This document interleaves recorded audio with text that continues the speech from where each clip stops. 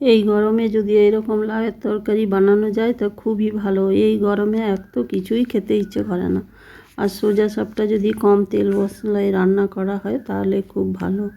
আসুন দেখে নিই কীভাবে আমি বানাচ্ছি।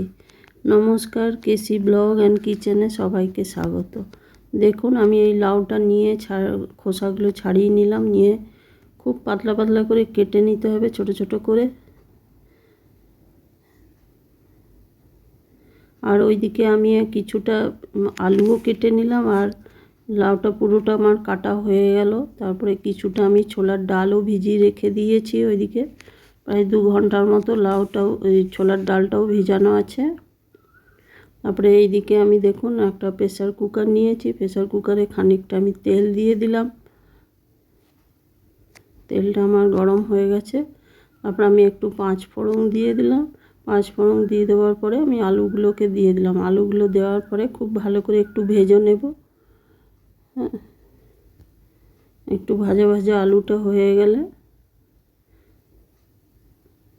দেখুন একটু নেড়ে নিলাম, নেড়ে ভেজে নিলাম। ভেজে নেবার পরে আমি ওই যে লাউগুলো কেটে রেখেছিলাম সেই লাউগুলো দিয়ে দিলাম। আর লাউয়ের তরকারি, লাউ খাওয়া খুব ভালো, এমনিতে সবাই খেতে পারে, যে কোনো ডায়াবেটিস থেকে শুরু করে প্রতিটি মানুষের খেতে পারে এই লাউ। এবার আমি নুন দিয়ে দিলাম, স্বাদ মতো নুন দিলাম। এবার আমি হলুদও দিয়ে দিলাম। এবার একটু জিরে গুঁড়ো। খুব কম মশলার তেলেই রান্নাটা হয়। দেখুন আমি এটাকে ভালো করে মিলিয়ে নিলাম, ভেজে নিলাম একটু। ভেজে নেওয়ার পরে যে ছোলার ডালটা আমি 2 ঘন্টা আগে ভিজিয়ে রেখেছিলাম সেইটা আমি দিয়ে দিলাম। এটা কিন্তু বেশিক্ষণ ধরে ভিজিয়ে রাখতে হবে, তবেই এটা লাউ তো, না হলে আবার লাউটা সেদ্ধ গলে যাবে আর ছোলার ডালটা শক্ত থেকে যাবে। সেই জন্য এটা মোটামুটি 2 ঘন্টা 2.5 ঘন্টা হাতে রেখে এটাকে ভিজিয়ে নিতে হবে। এবার দেখুন আমি একটু নেড়ে চেড়ে, জল দিলাম না, এটা জল না দিয়েই সেদ্ধ হয়ে যাবে। আর প্রেসার কুকারে আমি ওয়েটটাও দিলাম না। দেখুন এটা একদম কম আঁচে আমি এটাকে সেদ্ধ করে নিলাম। সেদ্ধ করার পরে দেখুন আমার সব সেদ্ধ হয়ে গেছে, আলু, ছোলার ডাল বা লাউয়ের থেকে তো যে জল বের হয় সেটাতেই হয়ে যায় সেদ্ধ। এবার এইদিকে আমি একটা কড়াই চড়ালাম। কড়াইটা আমার গরম হয়ে গেছে। গরম হওয়ার পরে আমি কিছুটা সর্ষের তেল দিলাম। খুবই কম তেলের রান্না এটা, দেখুন না, একদিন করে দেখুন, খুবই ভালো লাগবে। এবার একটু আমি কালো জিরে ফোড়ন দিয়ে দিলাম।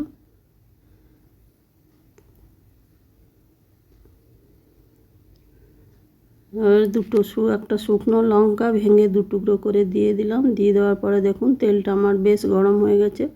এবার আমি কিছুটা পেঁয়াজ দেবো। দেখুন একটা বড় পেঁয়াজ আমি কেটে রেখেছি, পুরোটাও দিলাম না, অর্ধেকটা দিলাম, আমার অর্ধেকটা অন্য কাজে লাগবে বলে রেখে দিলাম। এবার এই পেঁয়াজটাকে খুব ভালো করে ভেজে নিতে হবে, একটু লাল করে ভেজে নেবো এটা। তারপরে দেখুন একটু আদা আমি ঘষে রেখেছি গ্রেটারে, আদা দিলাম, একটু কাঁচা লঙ্কা দিয়ে দিলাম ছোটো ছোটো করে কেটে। এবার একটা ছোট টমেটো আমি এটা ছোট করে কেটে রেখেছি সেটাও আমি দিয়ে দিলাম। এবারে দেওয়ার পরে এই মশলাটা খুব ভালো করে, মানে মশলা তো নয় এটা, এটা পেঁয়াজ আর একটু আদা, লঙ্কা আর টমেটো, এটা দিয়ে খুব ভালো করে ভেজে নিতে হবে।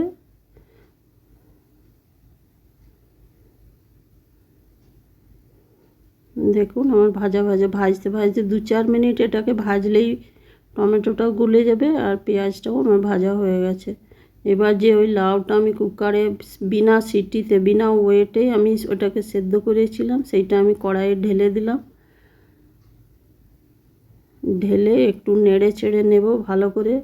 আর ওই কুকারের বডিটাতেই যেটুকু লেগেছিলো একটু জলও দিয়ে দিলাম ওটা ধুয়ে।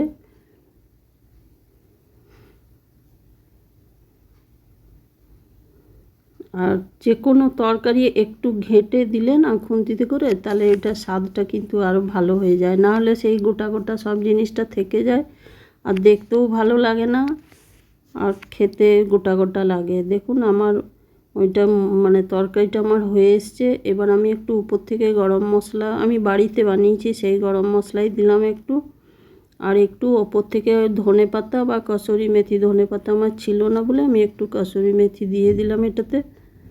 তারপরে এটা আমি নেড়ে চেড়ে নিলাম। দেখুন আমার তরকারিটা মোটামুটি হয়ে গেছে।